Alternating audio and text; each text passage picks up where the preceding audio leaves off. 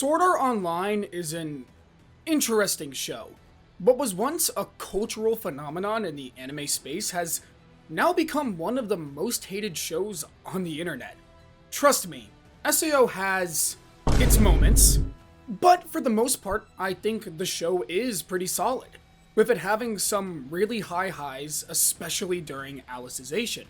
However, for a show called Sword Art Online, the main characters are only in SAO for 14 episodes. The show has 4 seasons! So today, I'm going to turn SAO into a masterpiece. Okay, maybe not that good, I won't act like my writing skills are the best ever, but I'll try my best to take SAO and turn it into a more cohesive, overarching narrative across multiple seasons. This version of the show will only take place in Aincrad, integrating characters, story arcs, settings, and all that jazz from other seasons as well. Now, I know the author of the series has sort of already rewritten the show with SAO Progressive, but that's going floor by floor.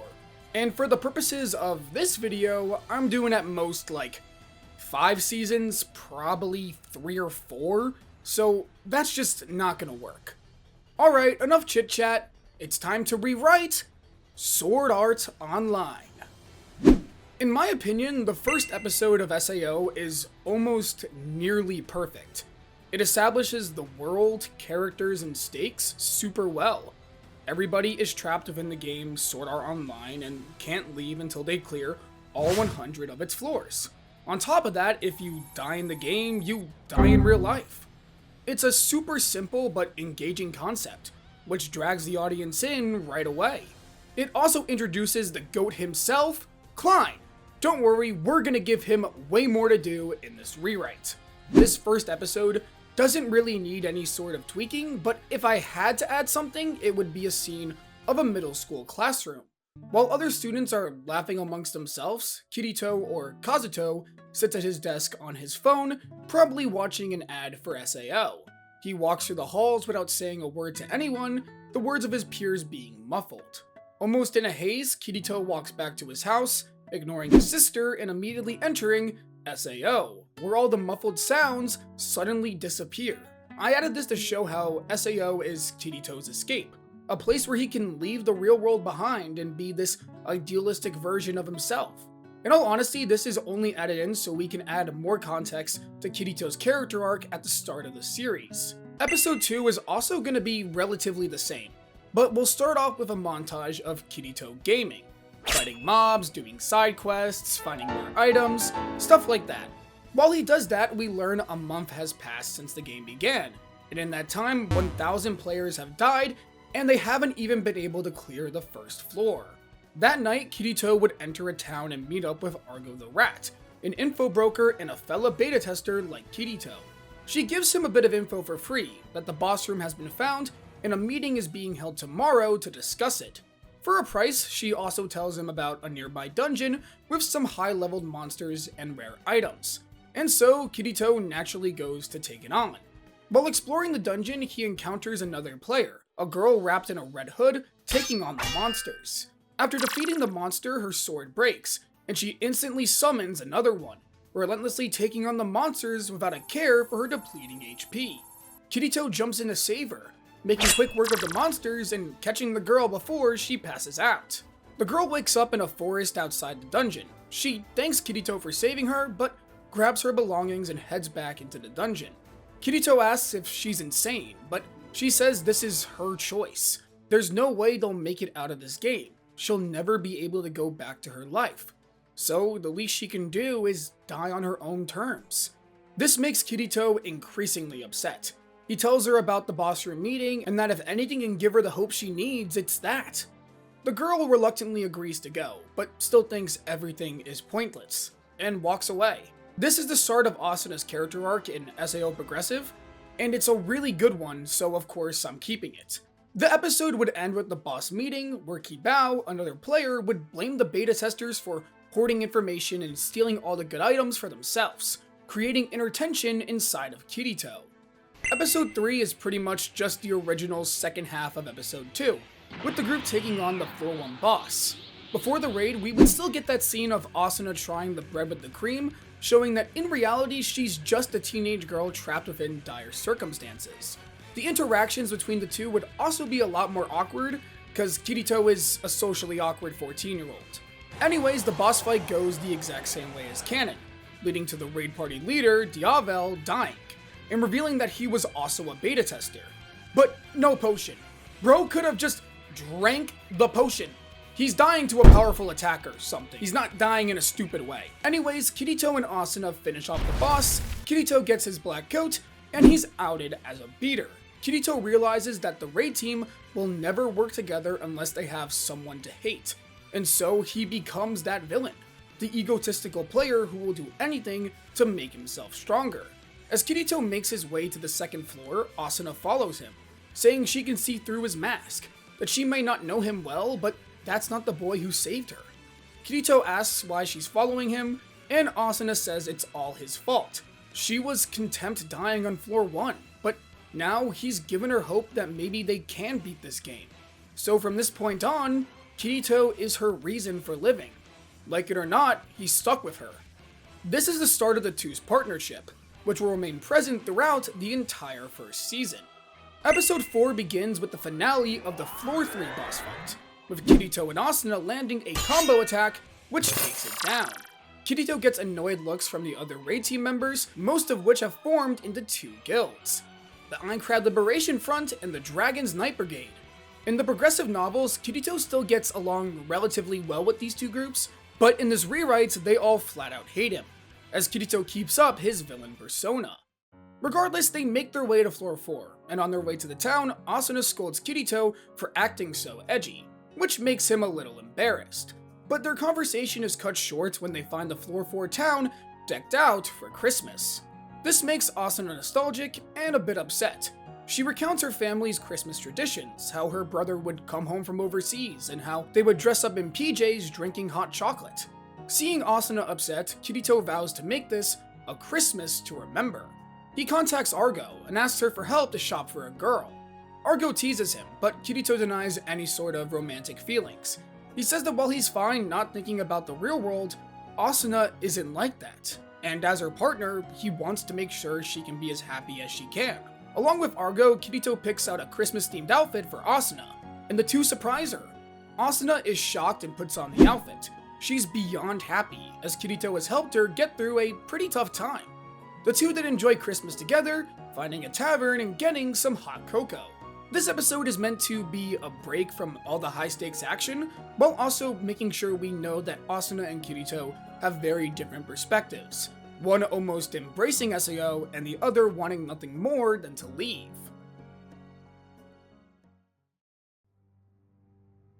Episode 5 begins on floor 5, where the raid team is hosting a meeting. All of a sudden, Lind, leader of the DKB, receives a notification that his guild has cleared the floor. This creates a lot of tension amongst the group, as Lind didn't order anyone to take on the boss, but the Liberation Front just doesn't believe him. As tensions rise, Kirito, Asuna, Argo, and their friend Egil make their way to a tavern to discuss everything. Kirito deduces that someone must be trying to cause conflict amongst the guilds. Asuna asks for what reason, but he's at a loss. Argo says she'll snoop around for any sort of info, but it would be a lot easier if someone here was a member of the DKB. Asuna then comes up with an idea to infiltrate the guild's New Year's party. Kirito asks how she'll do that, and she says it's simple. Lind has a giant crush on her. And so on New Year's Eve, the group splits up. Asuna goes to attend the party, while Kirito and Egil scout out the area. Inside the party, Lind is ecstatic to see Asuna, telling her she would be much better off with them instead of that horrible beater. The insults towards Kirito make her upset, but she keeps her cool. Inside the party, she notices a strange man with a hood walking out of the party, and she messages Kirito about it. Kirito and Egil follow the man, only to find a group of Aincrad Liberation Front members outside the base, led by Kibao, saying they want a word with Lind. As tensions between the two guilds rise, Kirito attempts to say someone is trying to make a conflict between the guilds, but Kibao isn't having any of it. Why would they trust the beater? Egil steps in, saying if they won't believe Kirito, then believe him, a comrade they fought alongside. Kirito sees the hooded man get away, and Asuna is still listening to Lind. Ego tells Kirito to go, that he can hold these guys off. Kibao laughs, saying that he can't possibly take all of them on himself. But Ego says he doesn't have to, as Argo shows up to tag team the group. While they keep the Aincrad Liberation Front busy, Kirito rushes towards the hooded man, who is surprised Kirito was able to catch up to him. Kirito asks why he's doing this, and the man says it's simple. If the raid party tears itself apart, the game will never be beaten. He says that Kirito should be thankful. After all, he wants nothing more than to live in this game. To be the ideal version of himself, he can never be outside. Kirito doesn't deny this, but he thinks of Asuna and tells the hooded man that this isn't about them. The hooded man, who introduces himself as Morte, challenges Kirito to a duel, and during this fight, Kirito is almost killed, but not before the guilds appear alongside Kirito's allies. They learn what was really going on, and with Morty now busted, he cancels the duel and leaves. Kibao and Lin say they still don't trust Kirito, but thank him for tonight. Meanwhile, Morte meets up with a group of other hooded members, saying the plan was a bust, but they have other methods. He refuses to let this game get cleared. The boss of the group, his face obscured, says no matter what, they won't let anyone get in their way of their fun. This is obvious setup for Laughing Coffin, one of SAO's overarching antagonistic forces. Next episode is just a fun episode about really playing SAO. Kirito and Asuna decide to take on a dungeon on floor 8, a massive tree hollow. According to Kirito, the boss here drops a rare item that can help forge a super OP sword, and his initial sword has sort of run its course. Asuna finds Kirito's excitement over this to be kind of cute, which makes him flustered. Regardless, they make their way through the dungeon and eventually reach the boss, a jungle dragon. The boss is very high level, even higher than the duos, but it's here where we really get to see their full teamwork on display, as they effortlessly take on the boss after Kirito recognizes its attack patterns. It comes down to one last attack from Kirito, and they obtain the item, a tree branch infused with draconic energy. Kirito takes it back to a blacksmith, and forges his new sword using the branch and his old blade, creating a black sword with the sturdiness of a dragon. Just then they receive a message from the raid party saying they found the boss room. The raid party assembles outside the floor 8 boss. Lin and Kibao are still leading the charge, and they enter to find the boss being a fairy-like creature who's able to heal itself. Its attacks and movements are unlike anything the players have encountered this far. Almost a dozen players are killed before the guild leaders force a retreat. While the group reconvenes, Asuna takes a stand. With newfound fire in her eyes, she creates a plan that utilizes the boss's attacks against her. But it requires proper coordination, giving them enough time to distract from Kirito, who will serve as their ace. While nobody really wants to give Kirito the glory, they agree to do it, as they're really out of options. From there, the plan plays out exactly as Asuna wanted, with Kirito gaining enough time to charge up a powerful assault and defeat the boss. The guild leaders come up to Asuna and thank her, that without her they would have been toast. After the boss fight, Kirito asks Asuna if he's holding her back. He says as a guild leader she could really excel, but this makes her very upset, saying that she's his partner, and that's how it's going to be. Kirito is relieved to hear this, as the two reaffirm their camaraderie. However, this is setting up Asuna as a very important person on the front lines. We skip forward to a couple of weeks, as the group is now on floor 10, a floor inspired by feudal Japan. They've been stuck on this floor for about 2 weeks, as nobody has been able to find the floor boss. So Kirito decides to take on a side quest that he remembers hearing about during the beta. Asuna becomes intrigued, asking about it, but he has no idea. He tells her that he was too busy making his way through the floors, as when they got to floor 10 the beta was basically over. But Kaiba has seemed to change things around, so he says it's a perfect time to do the side quest, and Asuna agrees. After getting some info from Argo, they make their way to a tavern to find a samurai, who gives them the side quest. He says that the princess of the city is in dire need of their help and gives them a royal invitation. Kirito and Asuna make their way to the palace, using the invite to get inside and meet the princess of the city, Koharu. She says that her beloved father has been missing for quite some time now, and she needs valiant warriors to assist her in making her way into the Blood Forest. Kirito and Asuna agree to do this, but not before another group arrives. It's Klein, along with his guild flirting Kazan. To Kirito's surprise, Koharu's actions are far more human than what an NPC should be capable of. but he keeps it to himself. Kirito and Asuna are given new armor as a part of the quest, and Asuna and Koharu become quick friends. Meanwhile, Kirito and Klein catch up, with the former apologizing for running off on him. Klein says it's all good, after all he's just glad Kirito's alive. Asuna then talks about how much she loves Koharu, that she's super fun. This again causes Kirito to think about the princess, and just what makes her stand out from other NPCs.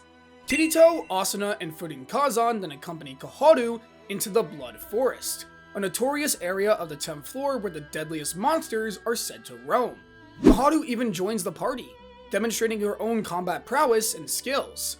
During the trip, her and Asuna become even closer, bonding over things like having a parent that has high expectations for them, Asuna with her mother and Koharu with her father. Despite that, Koharu knows her dad only wants what's best for her, and that's why she's determined to find him. Kirito asks Klein if Koharu is acting almost too human, but he says maybe the coding is just more advanced due to the quest being so special. Kirito still isn't buying it though. Eventually, the group finds a monster base, and the one leading them is none other than Koharu's father, having been transformed into a demonic samurai.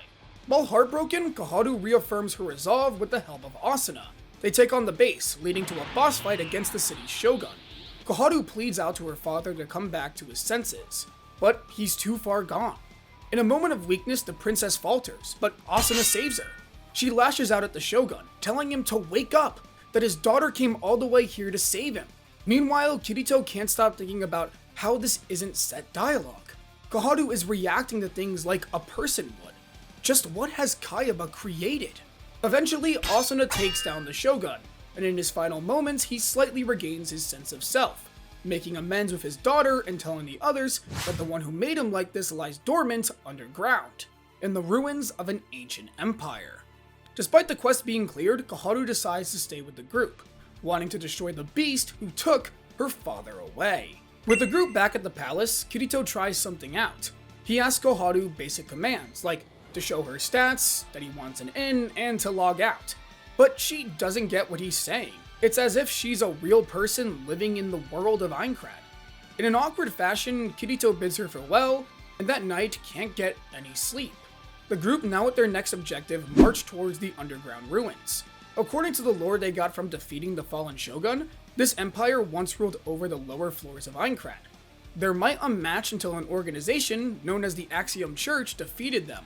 Klein actually gets invested in the lore, but Kirito tells him they won't get any more details for a while, as that's just how MMOs work. The ruins then suddenly come alive, as undead samurai charge at the group. It's here where Klein and Furin Kazan truly show their strength, telling Kirito, Asuna, and Koharu to make their way to the inner parts of the ruins. It's here where Kirito finally sees Klein for the equal he is, and Koharu thanks the samurai for his bravery. The three enter the remains of the luxurious palace, coming face to face with the demon lord of Floor 10, Kagachi, the samurai lord. This shocks Kirito, as he reveals this is actually the Floor 10 boss. Koharu's quest must have been some sort of prereq to unlock it. The Floor 10 boss fight then begins, as the trio takes on the samurai lord. This fight is meant to be the big mid-season finale, where Koharu's true might as a princess is shown. She even gets injured and starts to bleed out, which shocks Kirito. Asuna is able to heal her, but she's out of commission, so it's up to the two of them to take down the boss. Working together in tandem, the partners take on the ferocious creature. Asuna's speed is unmatched, while Kirito's strength trumps all others. With a combo attack, they take down the Floor 10 boss, securing their way to the next floor. Later that night, they all return to the palace, where Koharu says she must stay behind. While she would love to continue adventuring with them, her place is here. Asuna has a heartfelt goodbye with her friend, and Kirito goes to get some fresh air outside. All of a sudden, a man appears behind him, Akihiko Kayaba. In a fit of rage, Kirito attacks the man, but all of his attacks seep through him. Kayaba tells Kirito he's an interesting player, as he's the first one to realize SAO's true nature. Kirito asks Kayaba what he's created, and the creator laughs, saying he's made not just a game, but a new reality. Before Kirito can get anything else out of the man, he disappears, leaving the Black Swordsman to ponder what he said.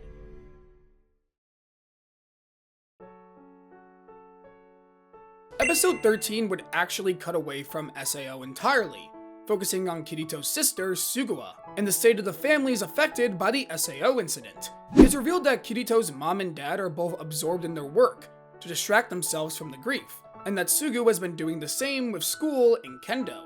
She visits a comatose Kirito in the hospital, and this is when we learn his real name, Kazuto Kirigaya.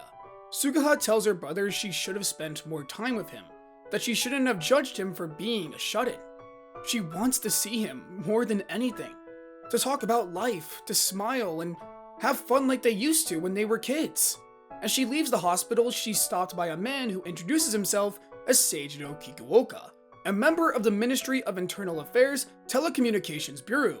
He says he's currently investigating into the SAO incident, and her input as a victim's family member would be invaluable. He hands Sugu a business card saying to meet him at this address tomorrow if she has the time. That night, Sugu gets the resolve to meet with the detective. She wants to help her brother in any way she can. But let's put a pin in that storyline for now, as it's time to head back to Aincrad with episode 14. The players have now reached floor 14, with the state of the raid team changing a ton, as Kibao and the Aincrad Liberation Front have started to become less prominent, focusing more on protecting weaker players on the lower floors. While Kirito is still antagonized, Asuna has really taken up charge, becoming a significant asset to the raid party as a leader.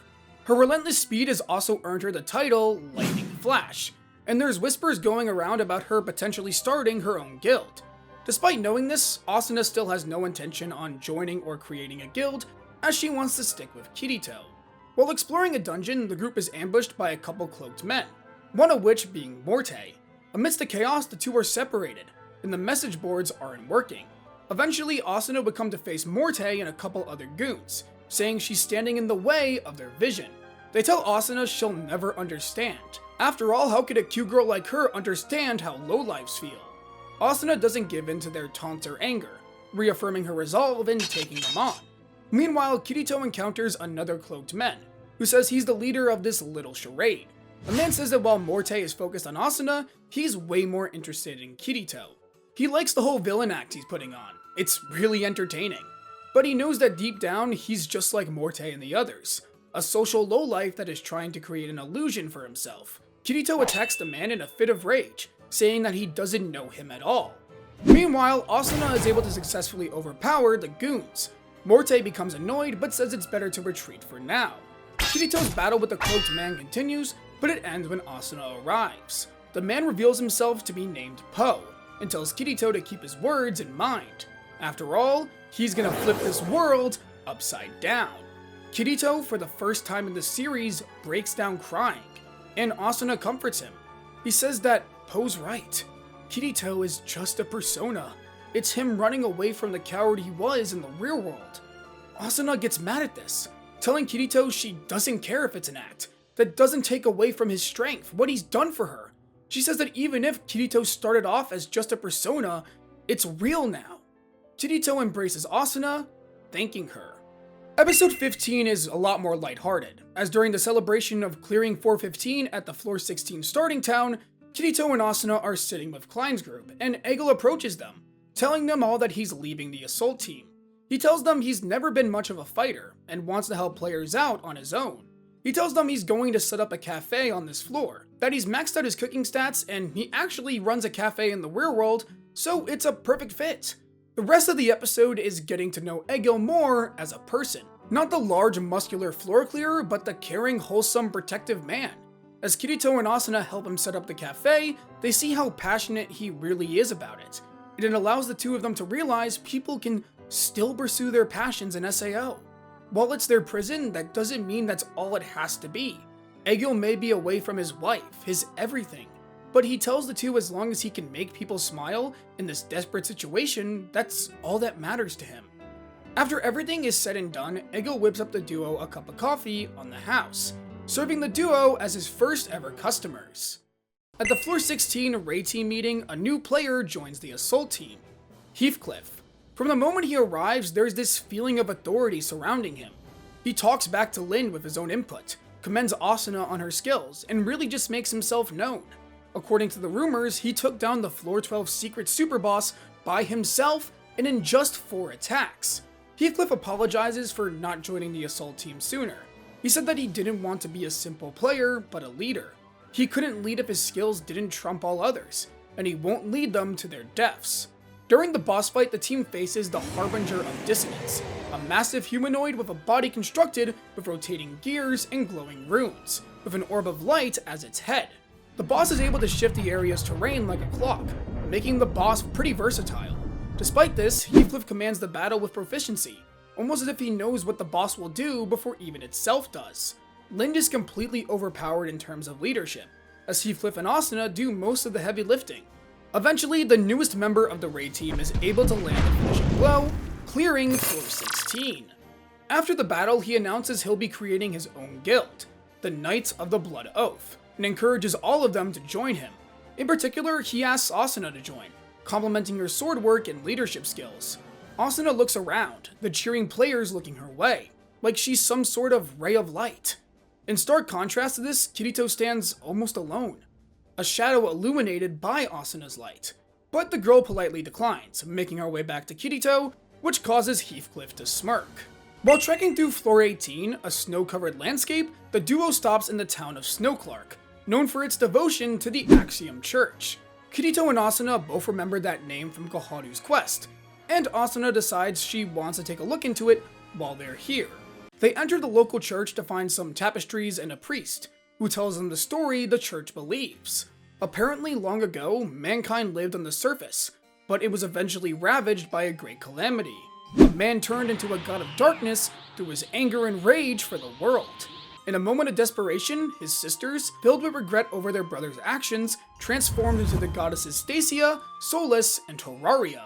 With their newfound power, they forged the floating castle of Aincrad, sending it high into the sky to escape their brother's clutches.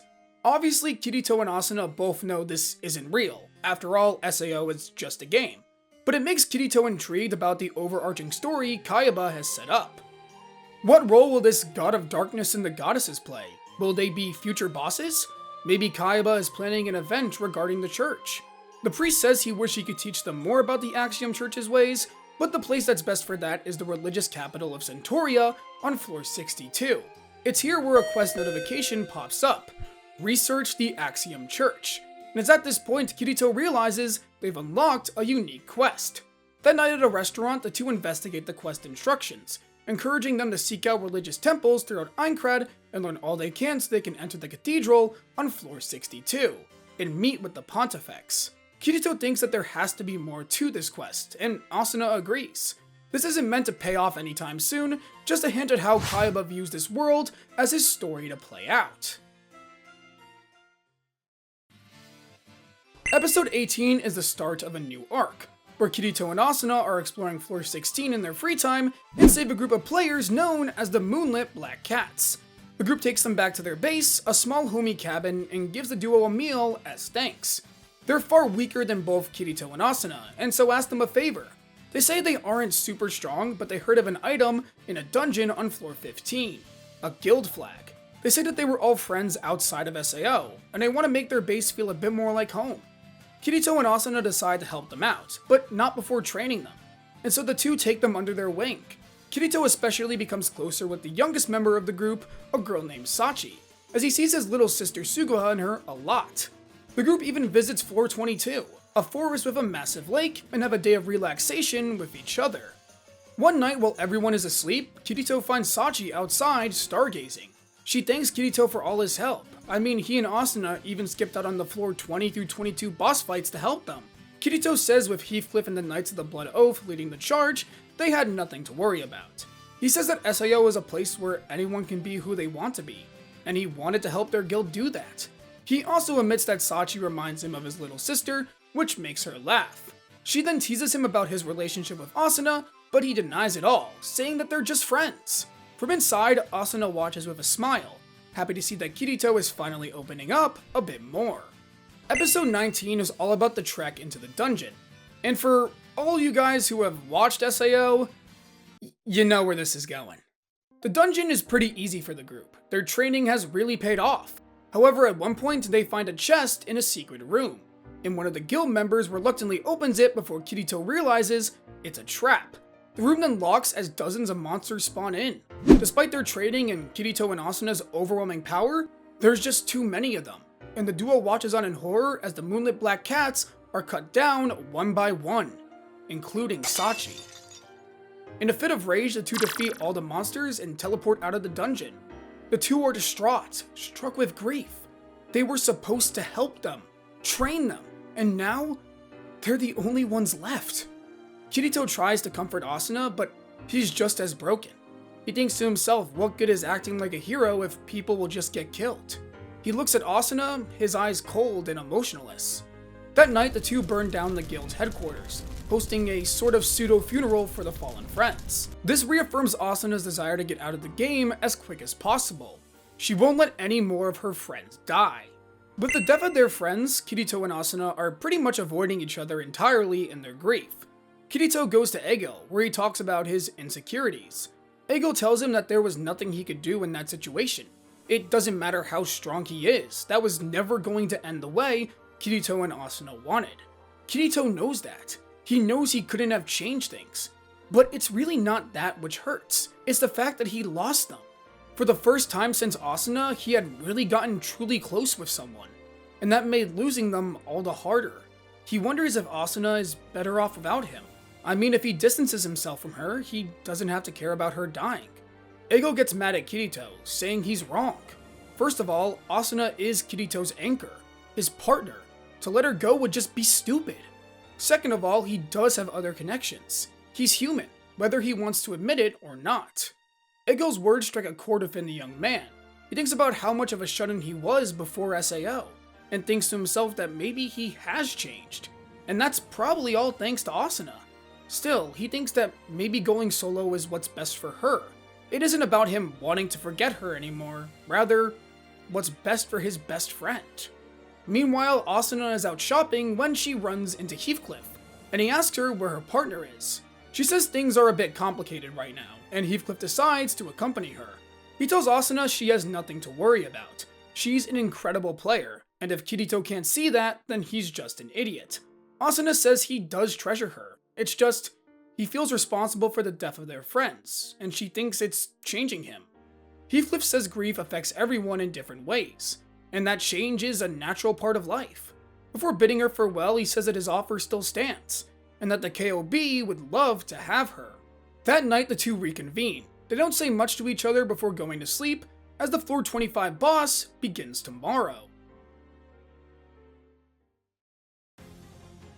Before the season climax, we skip back to Sugu, who sits in her room, a look of regret on her face. She turns to her desk, where a box rests.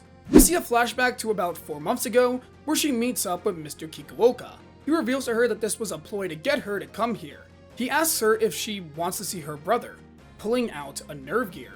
Sugua is taken aback, and the officer reveals the true purpose of this meeting.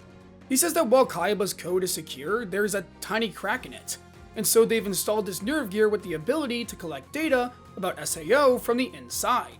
They would offer to go in themselves, but the officer says that Suguha looked so sad and wanted to do whatever she could to help. The young girl is taken aback and asks if she can have some time to think about it. Kikuoka of course agrees, saying he never expected her to accept it so soon. He gives the girl about 4 months, enough time to think about it and say any farewells. We see the next 4 months go by as Sugu goes through the motions of school, hanging out with friends, visiting Kirito, and kendo practice. However, every night she stares at the nerve gear, unsure what to do. And so we skip back to present day. Sugu looks at her school uniform hung up in her closet, her kendo stick, and finally a picture of her and Kazuto right next to the nerve gear. Suguha grabs her phone and calls up Kikuoka with a determined look, saying she'll do it. We then skip back to Aincrad, as the raid team, led by Heathcliff and the KOB, ready everyone for the Floor 25 boss fight. It's been a little over a year since the death game began, and they've made great progress. They enter to find a 2-headed giant, which roars out as the boss fight begins. Episode 22 is all about the boss fight. The giant is unlike any other boss they faced. It has no gimmick, just brute force, which dominates the raid team. For the first time since Floor 15, players die. Over a dozen of them. Lind, wanting to protect his guildmates, takes it upon himself to protect them, and just like Diavel, dies at the hands of a floor boss. Before that, he looks at Kirito, entrusting the rest to him. Heathcliff and Asuna both decide they want to retreat, but Kirito ignores them, standing his ground and taking the boss on by himself. Asuna tells him it's suicide, but he doesn't care. He won't let any more people die. Asuna wants to help him, but he tells her to leave it to him alone. Through sheer skill, Kirito defeats the boss single-handedly. However, Asuna is annoyed. She asks why he didn't let her help, and Kirito tells her they'll talk later. After they made their way to floor 26, Kirito leads Asuna out to a field, saying he wants to break up their party. In the season 1 finale, Asuna and Kirito have their fallout. Asuna is enraged by Kirito wanting to break them up, but Kirito says he's seen how Asuna has grown into a leader. He's holding her back. The Moonlit Black Cats incident made him realize he's not capable of protecting everyone. Heathcliff, however, he can protect her and help her become a better player than even him. Asuna lashes out at Kirito. She says he can't do this, that he's the one who forced her to live on floor 1. He can't just abandon her. Kirito says it's for the best. After all, he was always meant to play this game solo. Asuna, in a moment of desperation, challenges Kirito to a duel. If she wins, the party stays together. Kirito reluctantly agrees, and the two have their first ever proper battle. Asuna is quick on her feet, but Kirito trumps her in every way. She might have become a veteran player, but Kirito has been playing games his whole life, and no amount of progress is going to beat that. At least not yet. Kirito ends up winning the duel and getting rid of their party as Asuna begs and sobs for him not to. Kirito says nothing, thinking to himself this is for the best as he walks away from Asuna. We then see the KOB headquarters, where Asuna now stands in a guild uniform. Heathcliff welcomes Asuna with open arms, appointing her as vice commander. The joyful Asuna is gone, replaced with a stoic and cold girl who only cares about escaping the death game. Meanwhile, Kirito fights alone in a dungeon, taking on hordes of monsters all by himself, using this to convince himself he's better alone. He's always been alone, and it's time he stops trying to convince himself he can be anyone else. We then see a digital space, where a masked woman seems to be encrypting lines of code. Her eyes then glow as she says something along the lines of, "Yes, father." She puts her hand out and it glows, before cutting to black. The last scene of the season is Sugu opening her eyes in the Town of Beginnings. She looks at her reflection in a fountain to see she's now in her avatar's body. She now goes by the name of Leafa, and vows to reunite with her brother. And that's my rewrite of SAO Season 1.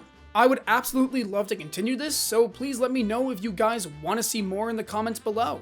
Anyways, to enjoy more high quality content, check out the videos on screen right now.